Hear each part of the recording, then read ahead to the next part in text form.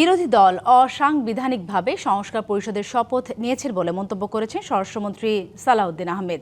বিরোধী দলীয় নেতা ডাক্তার শফিকুর রহমানের প্রশ্নের জবাবে মন্ত্রী বলেন, গণভোটের রায় বাস্তবায়ন করতে হলে সংবিধান সংশোধন করতে হবে।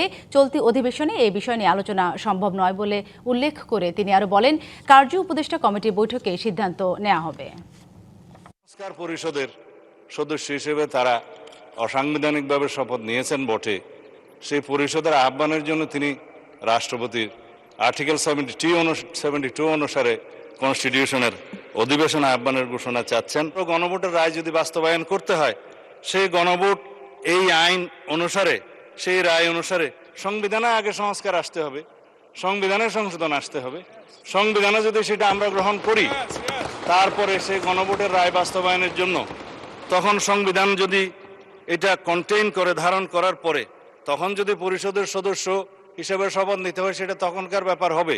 এবার নগদে পাচ্ছেন হেলিকপ্টার অফার, তাই কেনাকাটার পেমেন্ট নগদে করুন আর বুঝে নিন 2000 টাকারও বেশি ক্যাশব্যাক সহ হেলিকপ্টার রাইড। পেমেন্ট শুরু করুন আজই।